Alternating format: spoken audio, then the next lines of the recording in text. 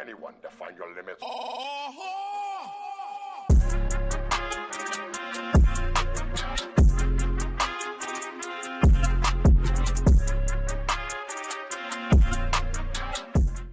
Good morning, good afternoon, good evening. My name is Rod Gaston and welcome to Impact TCG, where we talk about nothing but Disney Lorcana here on the channel. And now I know some of you, or a lot of you actually, played in your set championships this past weekend.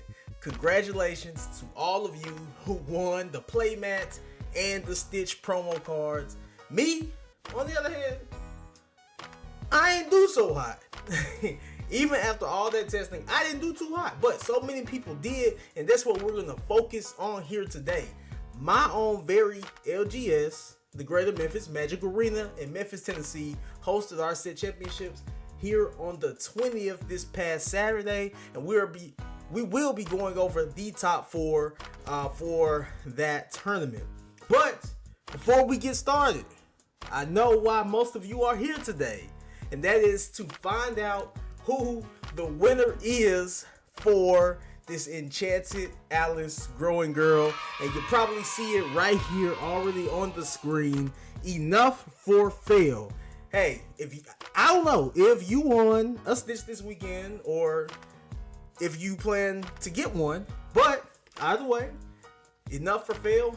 You are a winner today right here on this channel. Congratulations to you. And hey, if you didn't win, which most of you didn't, obviously, this will not be the last giveaway on the channel. I'm a giver. That's what I like to do. That's what we're gonna do. We're gonna keep doing it. So be sure to hit the subscribe button, like this video, stay tuned for more content in the future. And without further ado, let's get into these deck lists here, starting with first place at my LGS, Mr. Ben Chappell. He is an amazing player. He's been playing Green Steel. He's mastered this deck, and he's just been kicking butt and taking names with it since he started playing with it. And I mean, just look at the list. Look at the list. It's not all the way standard because he's playing the Tiana. I just want to know. I have to ask him, how much did this Tiana come into play? Because I mean, he won the whole thing, man. It had to have done him some good. This probably threw so many people off. I didn't actually get to play against Ben myself, but I can only imagine what his opponents had to say when they saw that Tiana flop face on the field, and he had no cards in hand, and you can't play action. So good luck there. Very, very nice list. He's taking in the baboons. You know, we're doing that early damage just to get rid of some of these early aggro characters. Playing one of the best cards in the deck, or in the game period, the Ursula, Deceiver of All, along with arguably one of the other most powerful cards in the game, Ursula, Deceiver. Snatching them, be prepared at your hand, snatching those whole new words out. I wonder how many times did he make some people upset on the inside by taking their songs away. But this is the list, guys. Try it out. I'm probably going to try something like this out myself just to get a feel of it. I knew I was going to see a lot of Green Steel at our tournament because we just have a lot of Green Steel players. In fact, I think there were 5 total, at least 5 Green Steel players in this weekend set championships at my LGS. Also, once again, congratulations to Ben, man. You deserve it.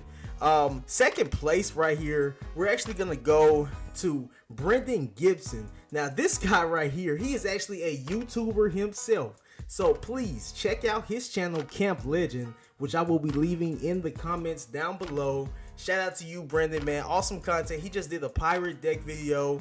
Go check it out, go watch it. But before you do that, check out his super duper spicy deck list. Playing the Cuscos, oh my god, you're gonna make Y Breezy so freaking happy when he sees this. I mean, who else is playing Cusco and winning with it right now? Like, look at that. This is amazing. This is absolutely amazing. I love this list. Look at the Pete's. Like, this deck is just, it's teched out all the way through the bottom right here. He's playing the one Robin Hood Daydreamer. Obviously, you just want to quest with this guy. He's just a quest for 4, and if he quests for 4, if you actually get to do that with him, he's done his job. They can Zeus him after that, whatever they want. But if you don't Zeus him or get rid of him immediately, he is going to cause problems and get half half of the lore by himself. And just to finish it off right here, the Friar Tuck. We've seen this card come into the game, very, very recently. So many green players are ticking him in, just making your opponent discard another card, basically. Why not? We're already playing Prince John's. Why not make you discard some more cards? But I love the list. You got the benches. It's just very, very well-rounded. I mean, if you're going first, you're probably playing Curse Merfolk and Flynn Rider on curve. If you're going second, you're probably playing the Captain Hook and the Mr. Smee to kind of control the board. I just think this is a perfectly balanced deck. Not too many uninkables. I think I counted maybe 14 inkables in here, or uninkables in here. Congratulations, Brendan. Please don't forget to check out his YouTube channel, Camp Legend. Awesome content. Go give him a sub. Go like his videos. Go comment under his stuff. All that good stuff, man. Good job. Good job. Now, you saw the top two, the guys who actually won the mat and the Stitch as well. I actually want you guys to see these guys out here before we get into this third place list. Look at these beautiful faces. Look at these kids having fun out here winning Stitches. Great job, guys. Hey, y'all are awesome. Keep doing y'all's thing. But let's move on to third place. The Usurpers is what Mr. Sean Malloy calls this. It is almost your typical Ruby Amethyst deck. He's playing the 2 minis and the 4 Olafs. I reckon you can play, obviously, whatever ratio of these that you want right here. But they definitely value that turn 1 play in this deck. He's also playing the Rafikis here. Very standard to have in a list like this. But I really, really like is the Scar. I really, really love this Scar. I don't know if you guys have faced anybody playing with this Scar lately, but he is a board wiper. I'm talking about he's taking out, 2 characters and doing more than half of the damage to a location at the same turn. I mean, why not play this card? Yeah, it's uninkable. Yeah, it's 7. So, play it. It's good. It's basically another Maui to an extent. I mean, once they get up there to that 7, I mean, you better be thinking about that Scar nowadays, because I had to play against a couple of Scars over the past few days even on Pixelborn. Like, he just came in doing work out of nowhere, and I haven't been seeing people play this as much until recently. You see the teched in Jim Hawkins right here. If you happen to see this card with your Queen's Castle, it's basically, playing your Queen's Castle for free and getting a character there for free in the same turn. Or basically all for 5 ink, as long as you get to play the Jim Hawkins. Really, really good combo there. We got the crabs in here, for the strength increase, the challenger ability, and we're still playing the Minnie Mouses, the little curveball that Ruby Amethyst players like to throw at the opponents. Not a lot of people are playing evasive outs. If you're playing steel, you're good, but if you're not playing steel, you probably should be playing an evasive out or two, specifically for this reason. Good job, Sean, on that. Congratulations to you winning your Stitch, man. Proud of you guys. It was just so fun at our store. I mean, I don't think we had anybody from like out of town come and play. It was basically another day at locals, except for it felt like a lot of pressure. It was a lot of people there. We had 2 events going on, but I'm just so glad I got to hang out with these guys on this day and see them do so well.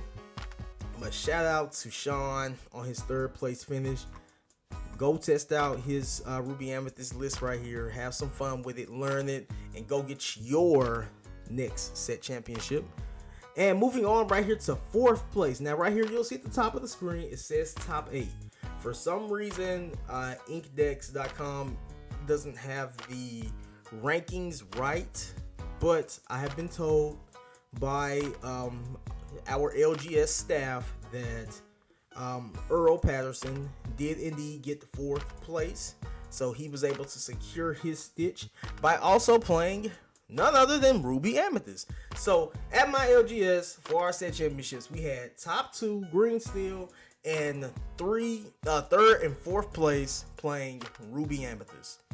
That's, kind of insane. I mean, I definitely thought that we'd at least have a Ruby Sapphire in our top 4 at our store. I mean, we've got some great Ruby Sapphire players at our store. Ryan, Marie. I actually played against Marie, and it came down to the wire this weekend. Oh my gosh. And she prepared me and proceeded to win after that by playing 3 Maduck Manor. So yeah, that should tell you how my weekend went. But man, no, great job right here to Earl. You can see right here, he's also playing several 1-drops here. The Rafiki, the Olaf, and the Minnie Mouse. Important to get that early board presence out so you can bounce cards for your Madam Mims. He's playing the 1 Pinocchio. That's kind of interesting. I actually have seen some people opt to play 1 Pinocchio just to exert that character of your opponents, to kind of surprise them and get rid of it earlier than they thought it would be. He's also teching in 2 Rafiki, the unequal 3-drop from set 1. This was a really good card set 1, and Ruby Amethyst definitely played this card set 1. But Earl has decided to bring it back and show us that, hey, this is still a good card, and I agree wholeheartedly. And he's also playing the Sorcerer Spellbook. We have been seeing a lot more Ruby Amethyst players playing this spellbook. Why not play it? I mean, it only costs 3, and once you get it out there, it's just 1 ink to get a lure. Much faster passive lure game, along with your Merlins, obviously. And another tech choice that we got here is the Maleficent 5-drop that came out this past set. She actually does a couple of things. Whenever she quests, you get to draw a card, and if you draw a card during your turn, you get to move a damage counter from one of your characters to another character. Really good effect. I'd love to see how much of a role this Maleficent played for Earl in this time, or in this tournament. Sorry, I'm tripping all over my words today. But other than that, you see our 2 Ruby Amethyst players were only both playing 2 copies of Be Prepared, and I actually haven't seen that too much. But if you want to keep, your unequal counts down and don't want to overstock your hand with Be Prepared, because people will be playing those Ursulas to snatch them out. People will be playing the Bare Necessities to snatch them out. And you don't want to see it too early, because I mean, you're pretty much going to lose it if you're playing against green or amber. But hey, congrats to the top 4. Let you see these guys one more time. Look at them. It was such a fun time. Hey, I hate I didn't top even after all the testing, but I wouldn't have rather been anywhere else playing Lorcana than my own very LGS, the Greater Memphis Magic Arena. Shout out to Dan for being a great runner of the shop, man. And shout out once again to first place Ben Chapel. Good job, man. You've been doing your thing at locals lately, man. People are fearing you, man. I'm so proud of you. I hope you enjoyed it as well. And just to end the video one more time with the giveaway, the Enchanted giveaway, enough for fail. You won the Enchanted Alice Growing Girl. I'm super excited for this giveaway. Please reach out to me via email, and I will leave my email in the comments, or if you follow me on Twitter, you can reach out to me via Twitter as well, so that you can collect your prize. Thank you so much. I hope you guys have a wonderful rest of the week. We will be back soon with more content, so please hit the like, hit the subscribe button, make sure you leave a comment, let me know what you think about the content that we have here. And I end every video with this: whatever you do and wherever you go, always make an impact. See y'all on the next one.